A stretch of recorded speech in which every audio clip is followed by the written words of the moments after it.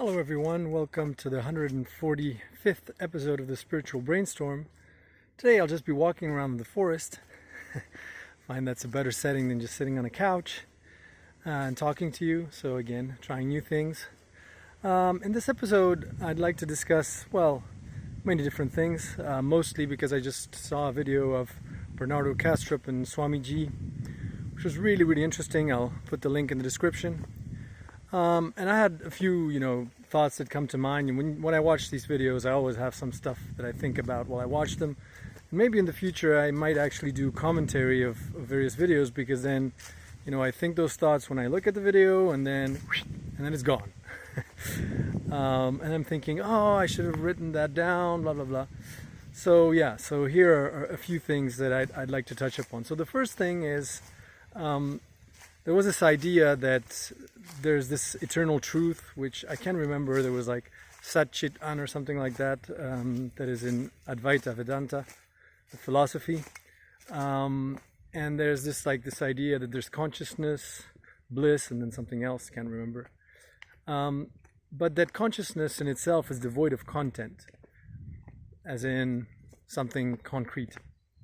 And I found that funny because in English, there's the word content, but then there's also the word content, to be happy, and it's spelled exactly the same way.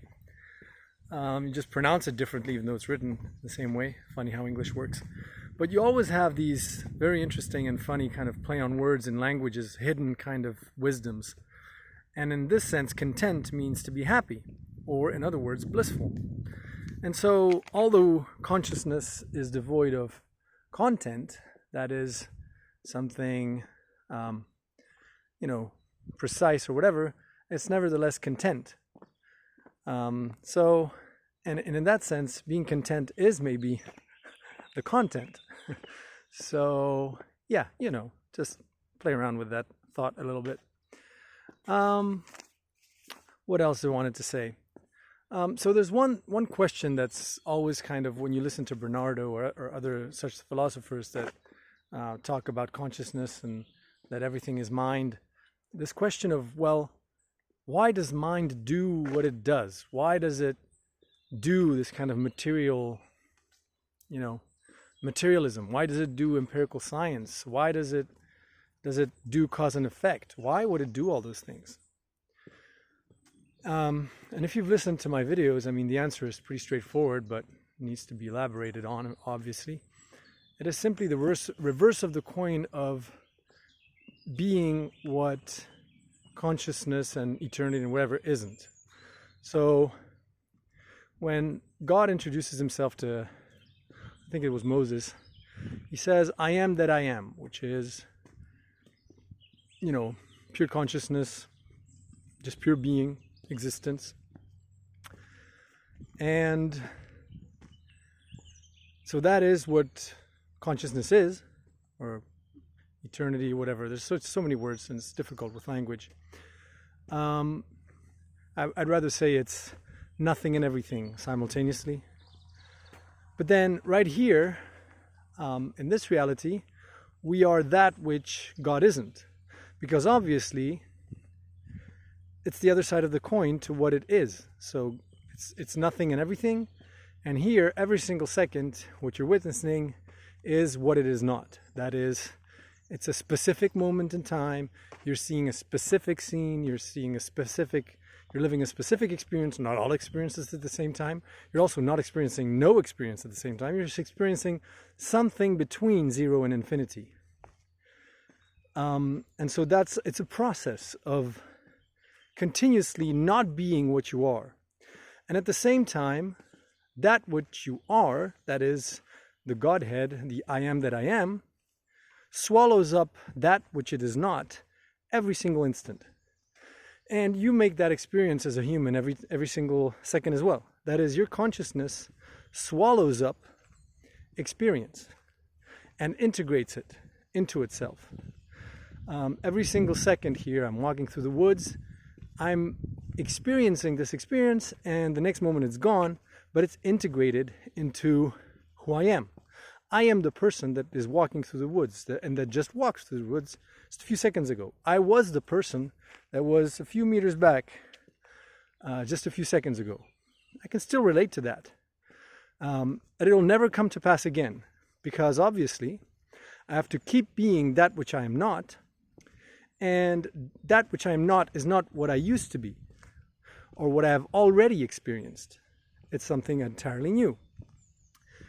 And so, why does mind do what it does? Well, the simple and short answer is, it's the kind of best strategy for keeping to be that which you are not in the most kind of efficient way. Then there's also something else that struck me, is that Bernardo and the Swami, they were underlining that these kind of eternal truths, which most of them I have no problem with and I totally agree with, have been around for over 3,000 years, and it's remarkable and this and that. And then talking about the West, and how could the West have invented this crazy fallacy of matter over mind, or inverting consciousness and matter, and saying that matter is fundamental. But I think even that process is, in a way, absolutely perfect and had to come to pass. Because so as you imagine that reality is made up of these vibrations, and Bernardo was talking about in the video about a carrier wave that can then be broken down into all kinds of sub-vibrations if you create interference with that carrier wave.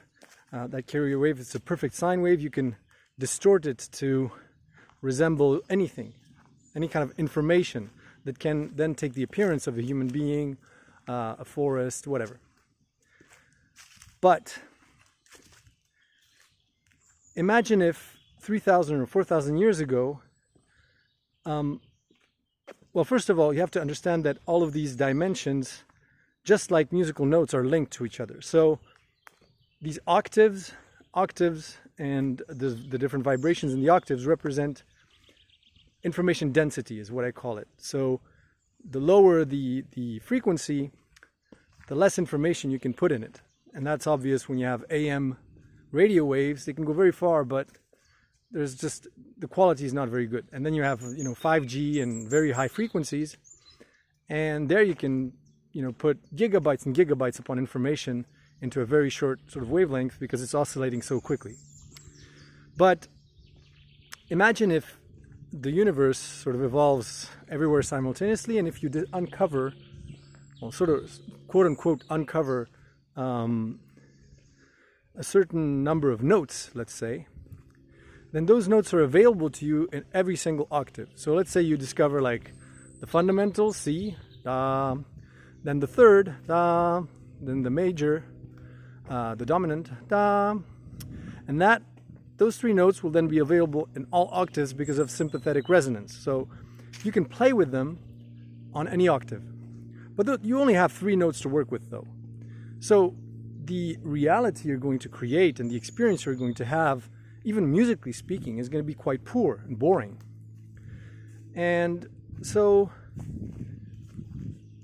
it's as if, a bunch of atoms, let's say they're like 3 or 4 primordial atoms, sort of discovered the truth about reality, and then they're like, oh, let's stop with the illusion of separation, get together and form molecules, because what's the point of experimenting with separation again and trying to discover new things, because now we know the truth, we know the absolute truth, so why bother? And obviously the number of things that you can assemble from 4 or 5 atoms is tiny compared to what you can assemble from 200 plus atoms. And the same is true for humanity and the universe. If this reality is just a giant play of light, then what you can assemble from concepts and from light of the state that humanity was in, the kind of imagination that they had 4,000 years ago compared to today's imagination, it's incomparable. The fact that we went astray, so quote unquote, in materialism actually completely shaped and molded our imagination to a point where the things that we imagine today are leaps and bounds more complex than what could have been imagined by humanity 4,000 years ago. It's as if God purposefully sort of hides its true form, because if you were to know the truth, then you'd fast forward to the end of the movie, and then you're like, okay, that's it. I mean, why should I keep playing this kind of video game when I know the truth? I know that I can be blissful right now, and there's nothing really to do, nothing to become, nothing to... But understand that that is going against one of God's aspects, which is to be that which it isn't. And in order to be that which it isn't, it needs elements to work with to maintain the illusion going. And so if you try to construct a symphony out of 3 notes, it's going to be boring as hell. And I tried it on my piano. It's not really interesting. If you put in all the notes, man, can you create interesting things.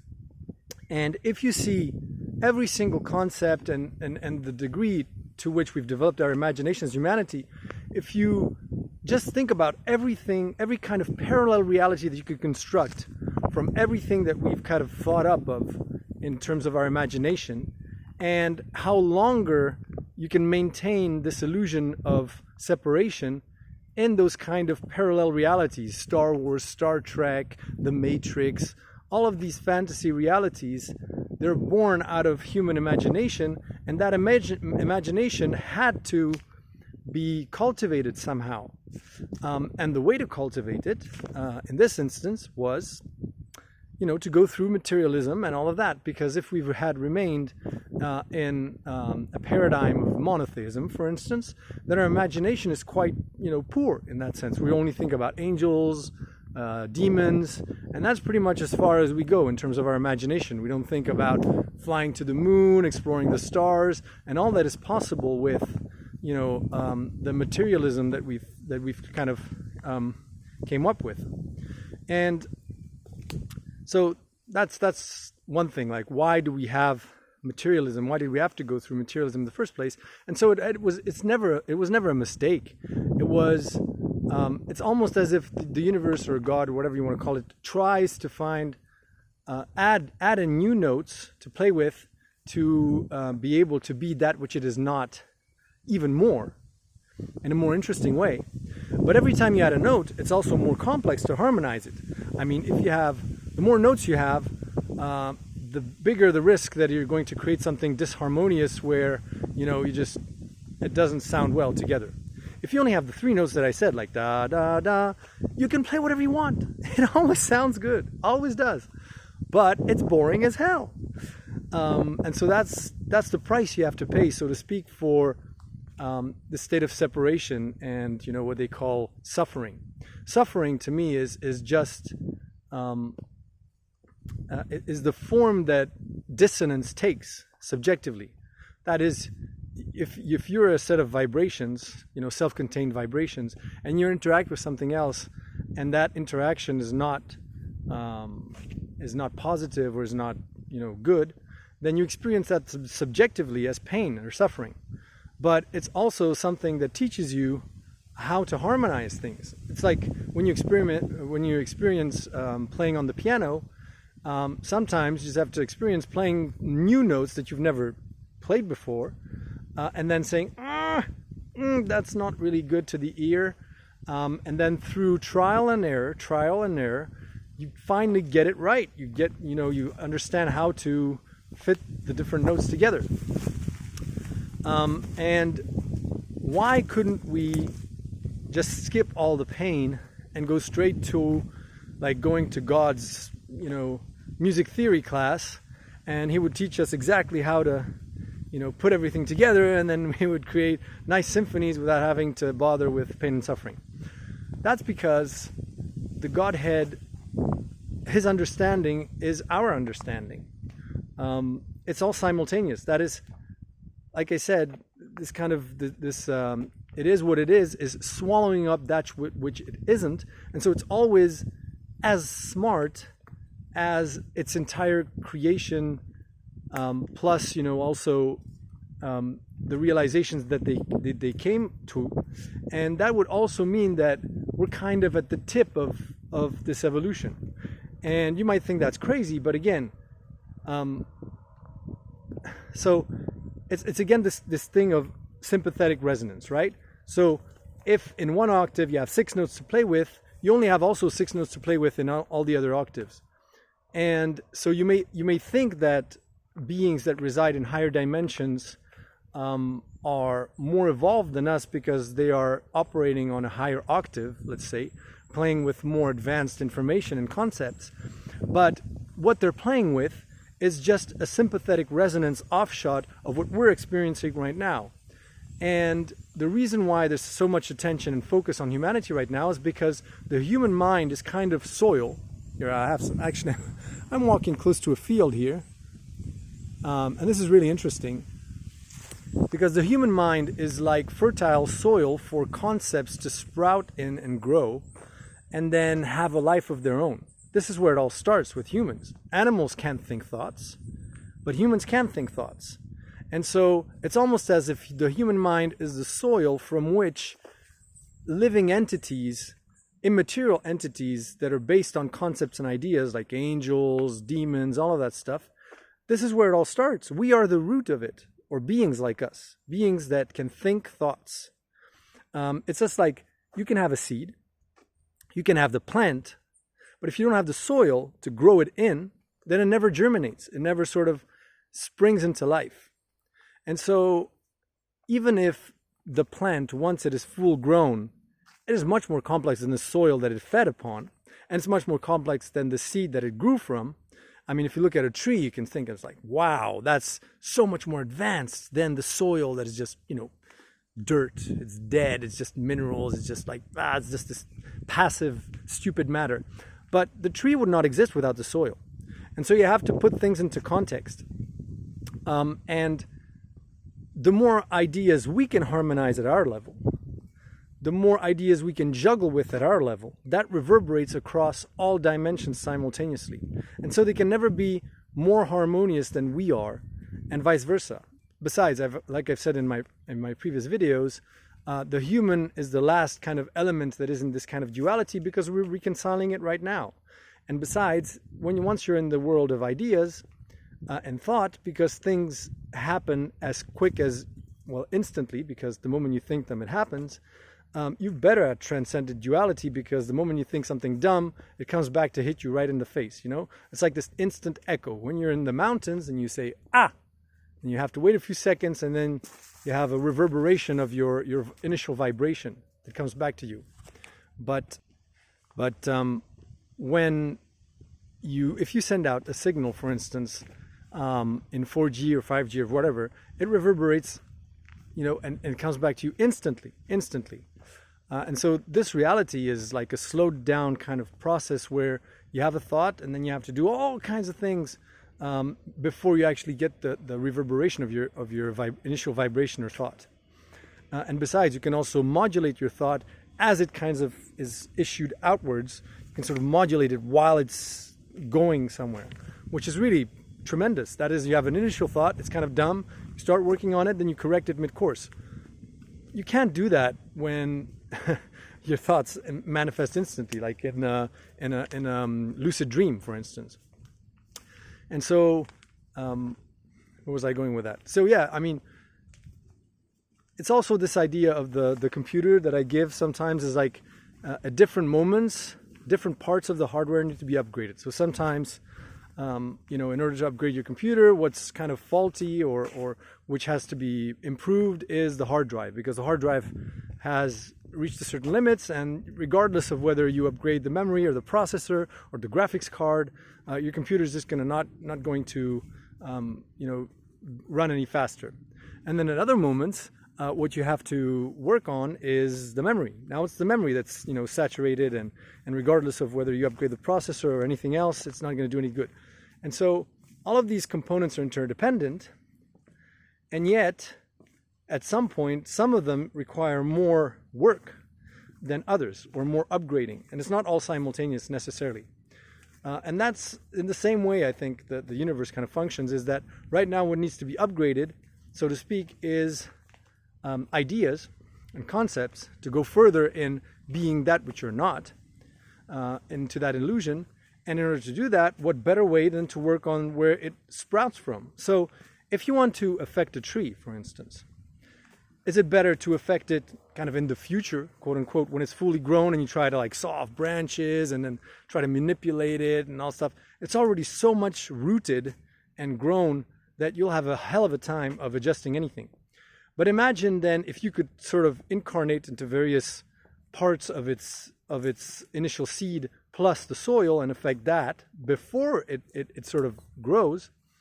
Well, there you've affected it at the root of where everything starts, and so you've affected it much more.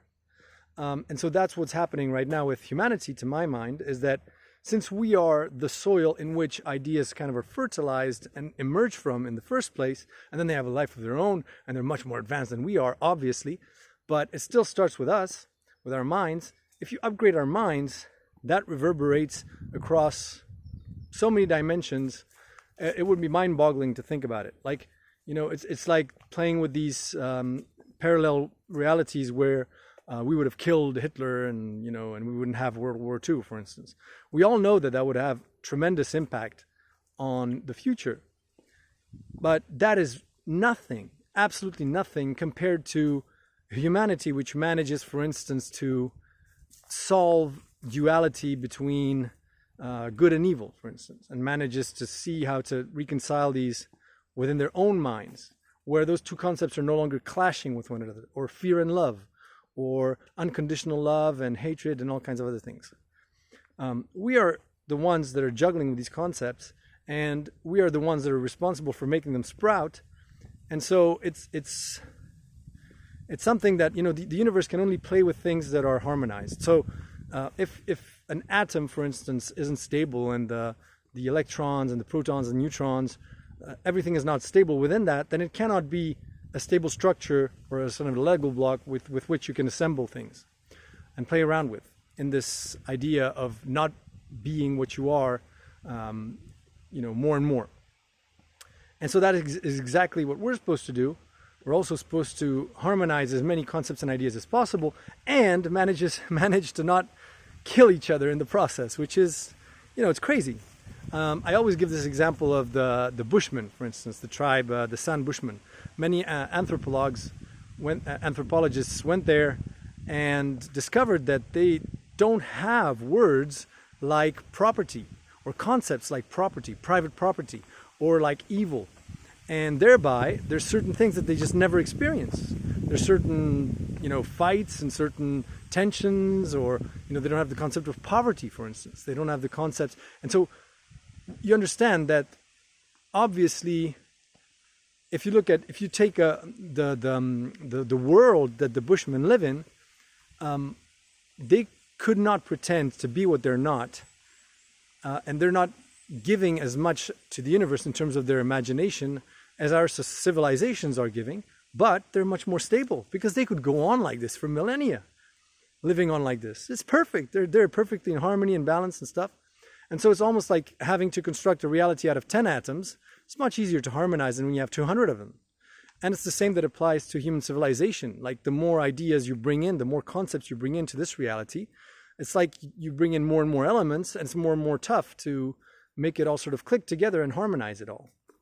But the positive aspect of that is that you're giving the universe much more things to play with, to toy with, in this constant, you know, cosmic kind of evolution. And so that's why we're also so admired, let's say, by higher entities, is because this is where it all starts for them.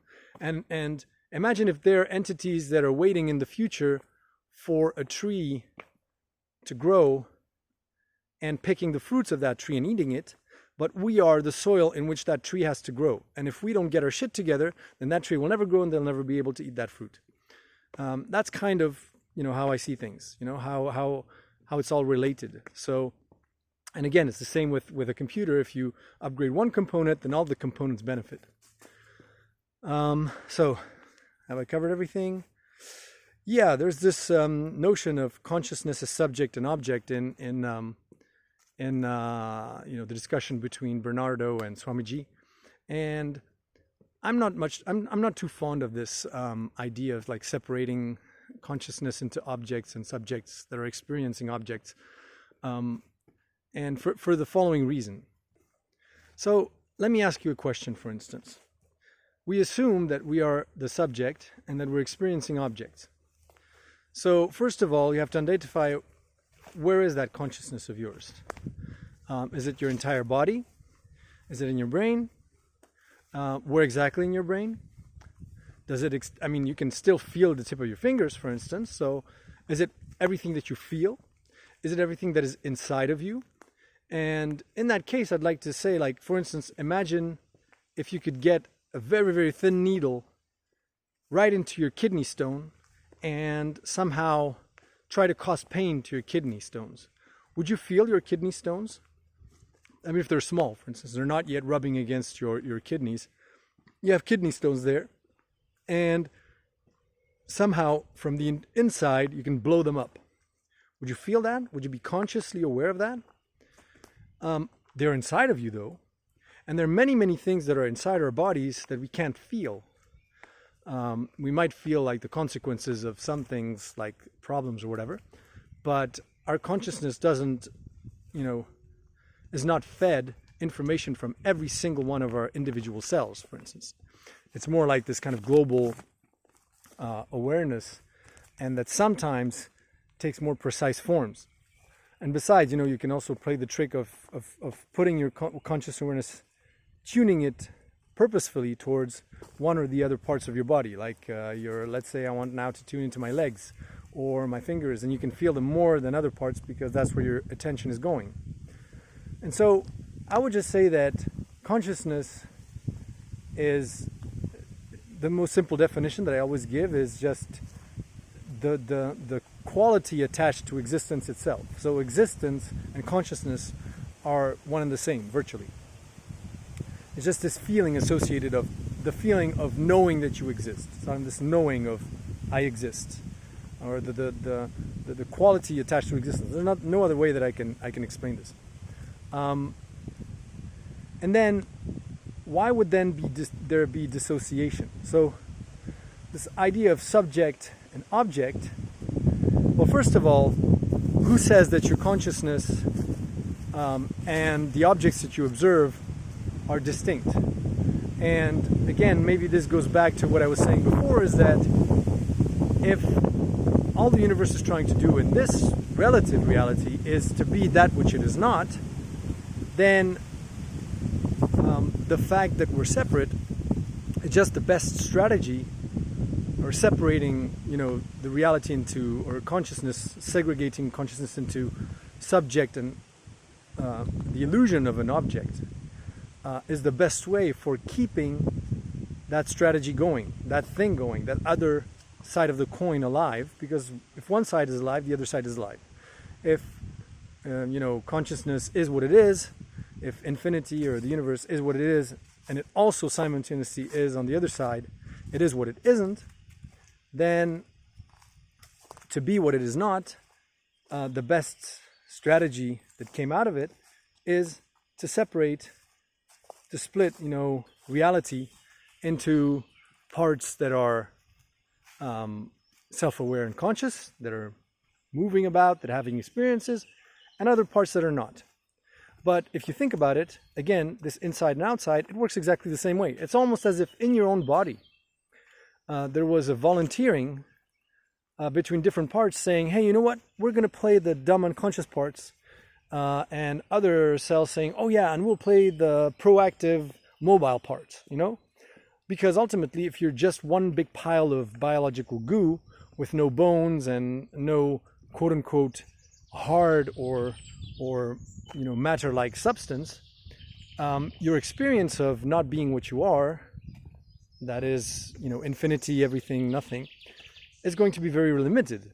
If you look at, the experiences that jellyfish have, they're incomparably poorer than the experience that you have as a human. You can be a jellyfish if you want for a few minutes in the pool, but what's going on right now with you when you're walking, when you're doing all these things, is just infinitely more complex.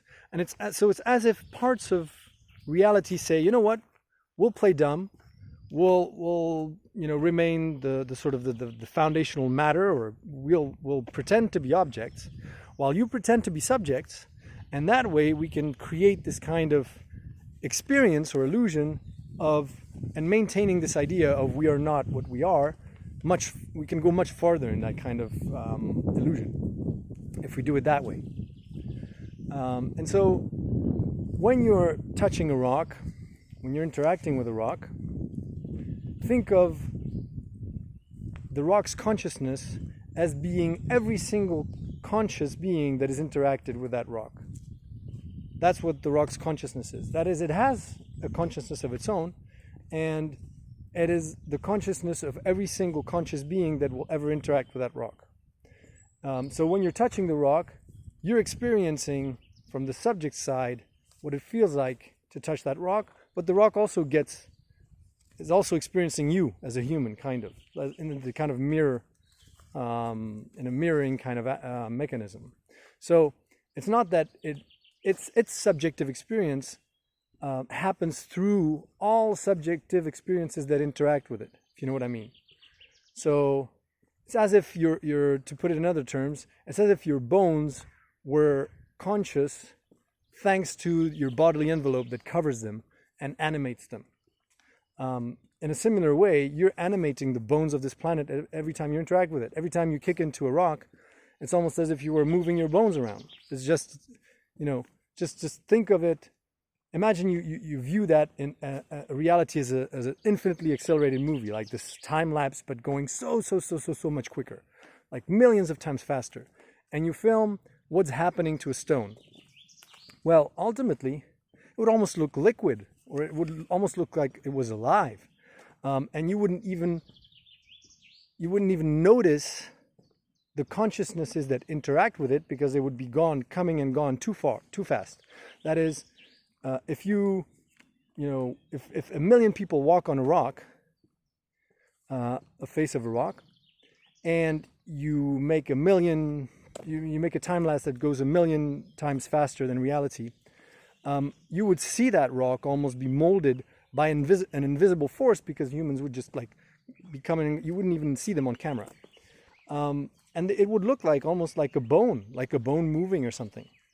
So understand that, yes, consciousness is everywhere, in everything.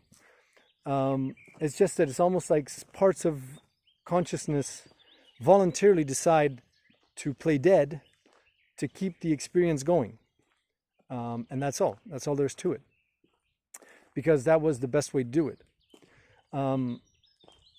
Try to drill down more onto this idea is, imagine if originally, as I've said in my other videos, life was liquid light, like conscious liquid light. And it could only have so many experiences. Like imagine that consciousness originally or experience was just two waves on an ocean that would interact with each other. And at some point the waves are saying, this isn't working out. We're stuck in this kind of experience. It's going in circles. How can we make this more interesting? Hey, what if you become more solid and I become, a different kind of state, whatever. And then I can interact with you, and the interactions we can have are going to be much more rich and interesting than just waving around for all eternity. And so that's how it all starts, basically. But it's an artificial separation for the purpose of maintaining the illusion of, or the game going of, to be that which you're not. And this game cannot end, because obviously the universe will never stop being what it is. That is, infinity and nothingness, or the void, cannot stop being what they are. But conversely, it also means that they cannot stop the existence of that which they are not, which they become every single second, because they integrate that which they're not into what they are, swallowing up existence as it goes along. So, let's see. And finally, I'd like to stop with the genesis of dissociation. So, as I've said in my other videos, it all starts with consciousness, existence, and consciousness attached to existence. But then that consciousness is a consciousness of void, because the first thing that comes into existence, obviously, is void. There's nothing. Nothingness. Void. Emptiness. And so it's the consciousness that is attached to emptiness. But something happens, is that consciousness then tries to wrap itself around its own existence, so to speak. So as I'm writing a book right now, which is called Meta Theory of Existence, and what I'm saying is, it's as if consciousness is round, naturally rounded. Why? Because it's trying to wrap itself around just how empty it is. Like, how much empty am I? Where does that end, that emptiness? Your consciousness naturally tries to wrap itself around, the boundaries of its own existence, let's say. It's like existence trying to find the boundaries of its existence. Where does existence end? Obviously, it's infinite. But by trying to do that, and by rounding itself in that fashion, it ends up touching against something which it thinks is outside of itself, is different from itself. But unbeknownst to itself, it's actually interacting with itself. So imagine a circle so vast, a consciousness so vast that its one side of the circle is bent or twisted in such a way that it touches the other side of the circle. But neither side knows that it is touching itself.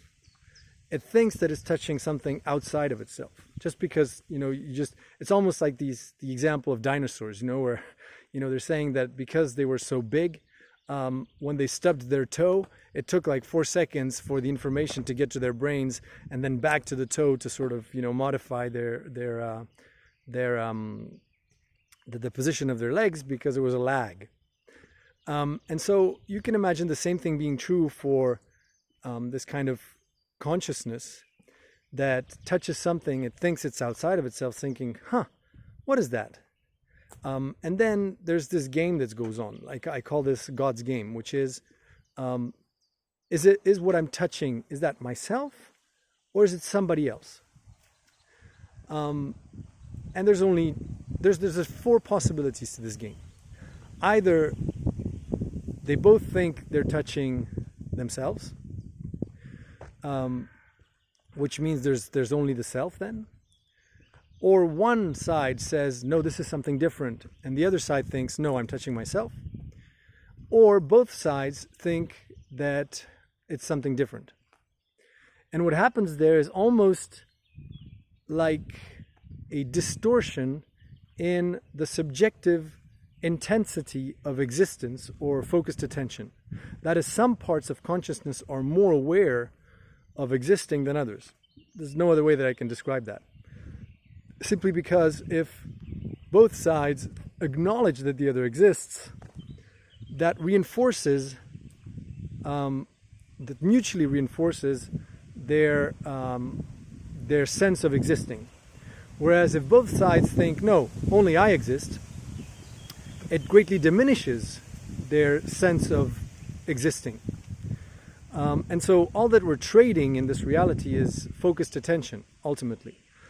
And so creation, in that sense, you could say that consciousness sort of ripples or vibrates from that kind of misunderstanding. So what I say is basically creation is a misunderstanding. It's almost as if consciousness was one, and then because it touched something, and it's like, what is this thing?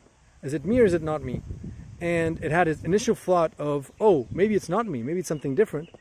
And then by the time it realizes that it was itself, that initial thought of, oh, maybe it's something different from me, sort of had a life of its own and was gone. It was like, hey, wait a minute, you're actually me. Hey, ooh. And then, that sort of little wave kept on waving around and like was gone. Before consciousness could sort of come back and say, hey, this is just a misunderstanding. We're actually just all one. And the wave is going, no, I am myself, I am me, I exist. And so the true state of the universe, as I often say, is this infinite oscillation between infinity and nothing. Infinity as consciousness touching itself in an infinite number of dimensions, thinking it's something different, and entering into this kind of vibrational state which contains the information for everything and anything that could possibly exist, but that is formless. Formless because you need to have, you need to give a form to things to experience them. And that brings me also to an interesting conversation that we had, Swamiji had with Bernardo, is this idea that the map is not the territory. In this instance, you could say that the map is the territory. Why? Because without the map, the territory is devoid of meaning. It's like saying that binary code exists without an interface and an operating system. Well, yeah, it does. Of course, you can have an infinite number of strings and ones and zeros, but they don't mean anything. They're formless. Just like vibrations, there's the vibrations. And what you can do in this sense is to build illusory interfaces for displaying or converting something that is formless, that doesn't have any meaning, inherent meaning, into something that has meaning, which isn't what the root sort of reality is, obviously. So the whole interface that we've built to manipulate or give meaning to a bunch of random vibrations is clearly relative and subject to change and all that stuff, whereas the raw information that underpins it will exist there forever and ever, but in a state that is only readable if you apply a certain worldview to it, let's say, or a certain form. So it's as if everything that could ever exist in the universe exists as pure raw information or vibrations, kind of carrier wave idea. And the map is very important because that's what gives the form to the territory. And the territory could be thought of as the combination of every single map that was ever thought of, at a certain point in time. It's almost like every single operating system and user interface that ever existed, that is the territory, because that's what gives the meaning to a strings of ones and zeros, some of which can be identical between interfaces, but they don't have the same meaning. Just like a musical note can be the same, but depending on the symphony that it's played in, it plays a completely different role. It's completely different. And so out of, you could think of the true reality as being nothing, void, complete void, and then every single musical note you can think of all superimposed sort of, vertically. And then this reality is being horizontal, where now these notes are all stacked on, up on each other. And what you're doing is you're trying to stretch them into a horizontal fashion and arrange them in such a way that it creates something concrete, something different. And any symphony that you can make up from that isn't what the vertical stacking of all the notes is. And because they're in a state of infinite superposition forever and ever. But at the same time, they are what the universe is, because they're a part of it. So it's as if you're listening to all of these symphonies and you're swallowing it up as you go. And that's what we're playing at. So that's the origin of dissociation. Again, is this idea of consciousness not knowing it's interacting with itself, creating these kind of artificial vibration within itself because it doesn't know whether it's interacting with itself or with something different from itself as it's touching itself. Because there's a lag, so there's this misunderstanding. So like, oh, sorry, I thought we were different, but actually we're the same. No, we're different. And then, that illusion can go on forever. And it's not like it was created at a certain point in time. That is like an unavoidable mechanism or unavoidable consequence of consciousness, the feeling of existence and consciousness in a void, which is consciousness will try to feel where its existence ends, naturally. That's what I'm setting as a kind of primitive here, is that the fact of being aware of your own existence, you're trying to figure out how far that feeling extends. And as you're doing that, there's a lag between the moment you interact with yourself and you realize it's yourself, and the initial thing of, oh, what is this thing? And that creates this kind of vibratory state within consciousness, which is, the kind of essential building blocks for our reality. What you feed on is kind of energy, which then can take so many different forms, obviously. I mean, you can create so many different interfaces for manipulating zeros and ones. So, yeah, covered a lot of things here. Hope you enjoyed this, and talk to you in the next episode. Bye.